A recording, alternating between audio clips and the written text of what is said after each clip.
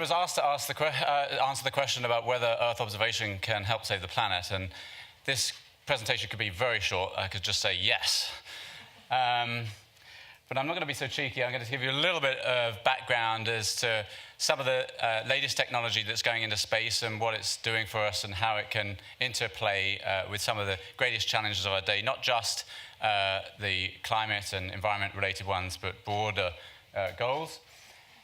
And it really comes down to this statement, I think, up here: you can't fix what you can't see.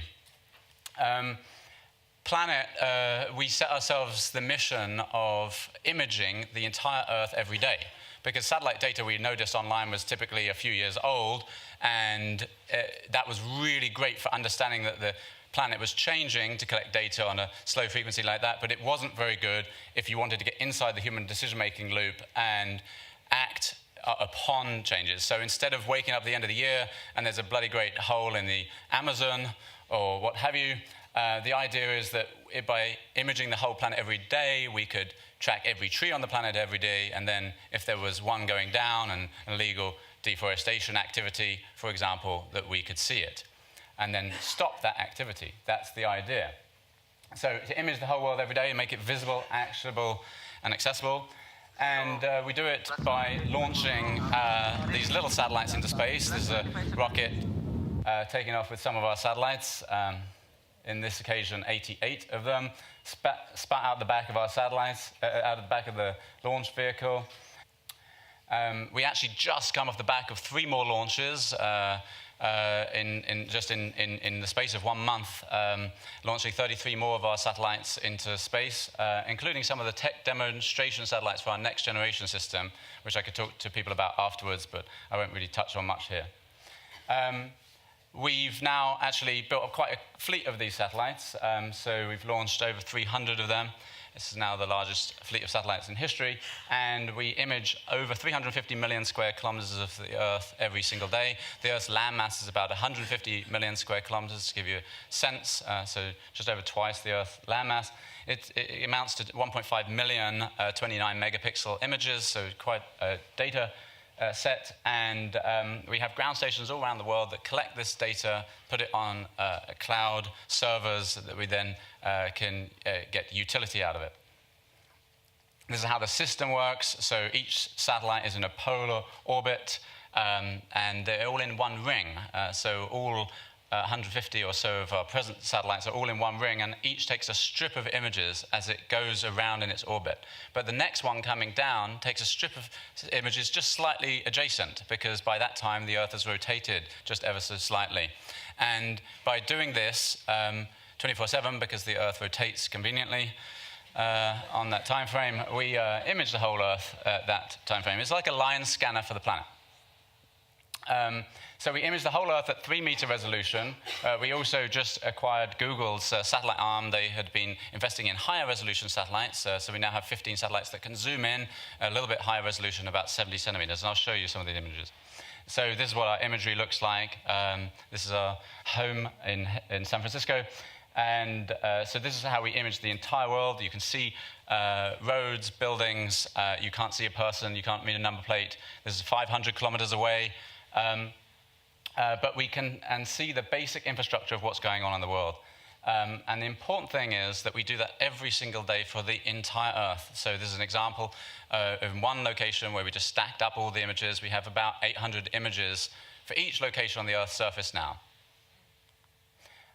And then these higher resolution satellites zoom in just a little bit more, and this is where we are, apparently. We also have video. This is a video. You can see the plane moving across the... That's just a shadow of a plane. You can see the boats moving up in the river. But this was apparently during the wedding that happened here. So there's lots of applications of this sort of data. I'm going to talk about some of the commercial ones, some of the humanitarian ones. There's a variety of government use cases, border security, understanding what's going on around the world, civil government response to disasters. So we work with a lot of disaster agencies around the world to help respond to earthquakes, fires, floods, and so on. Agriculture is where we sell most of our data. So 25% of the land mass of the Earth is agricultural land, and we use that data to improve crop yield by, we can tell crop type and crop yield from orbit in each pixel of the Earth because of a special near-infrared band. Basically tells us biomass, but we can figure out the crop type and yield, and that helps improve what's known as precision agriculture. We also sell our data to big companies that have satellite imagery layers like Google and Apple and things like that. And increasingly, we're going and selling our data to places less traditional who haven't been using satellite data before, like finance, where we can tell the output of all the world's mines or output and productivity of all the world's oil fields or what have you. But I wanted to talk more about the sustainability aspects of this. And as I said, you can't fix what you can't see. And actually what motivated us to start Planet when we were at NASA before was really what could we do as space geeks to help the planet? And we looked at that was then the Millennium Development Goals and now the Sustainable Development Goals and said, hey, how can space help these things? Space geekery is fun and we enjoy it, but we care about the practical significance, and we went down the goals and thought about the fact that daily imaging could help substantively with a lot of these goals. So on the first one, on ending poverty, a lot of it has to do with disasters, and it often has to do with refugees and things like that, and we can monitor all those refugee camps. The second one is about food security, and we can really help to improve crop yields in developing countries by monitoring them over time. The sixth one is on water and water security, and of course we can tell how the reservoirs change.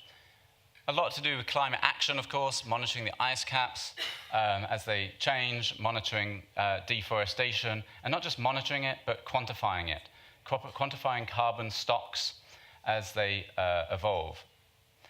Recently, we've been doing some projects in marine protection, particularly around coral reefs, and mapping the world's coral reefs in a really detailed way. And not just mapping them, but classifying the different aspects of the corals in order to determine the exact makeup of these corals, and then stop on a daily basis by monitoring them daily, illegal fishing and trawling and other activities, or catch bleaching early, because there's certain things that can be done when you catch bleaching early. So, and this is actually a little slide just on that particular thing. Detecting illegal fishing is one of the things that we do quite a lot with a lot of different governments. And of course, life on the land, we use our data to help monitor fires and earthquakes and the response to those. So, and finally, on number 16, monitoring displaced peoples.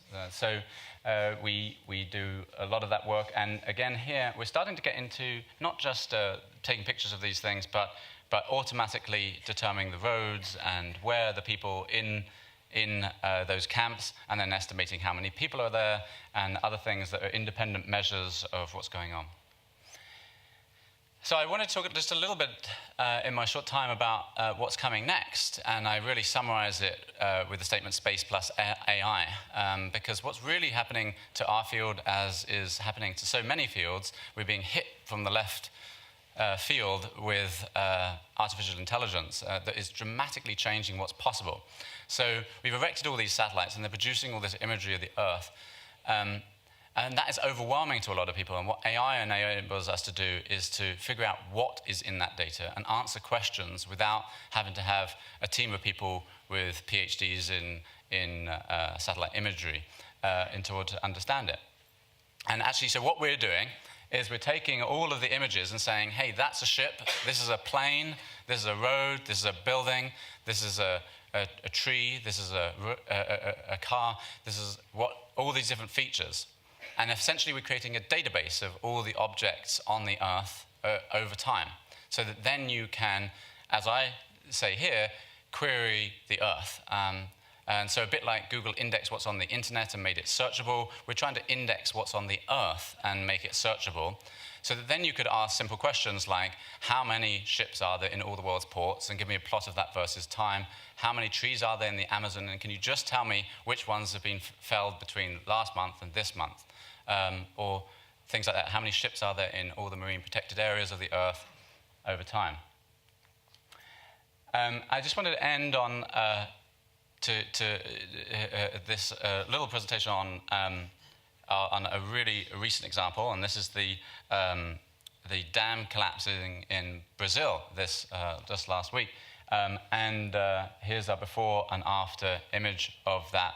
So the day before and the day after.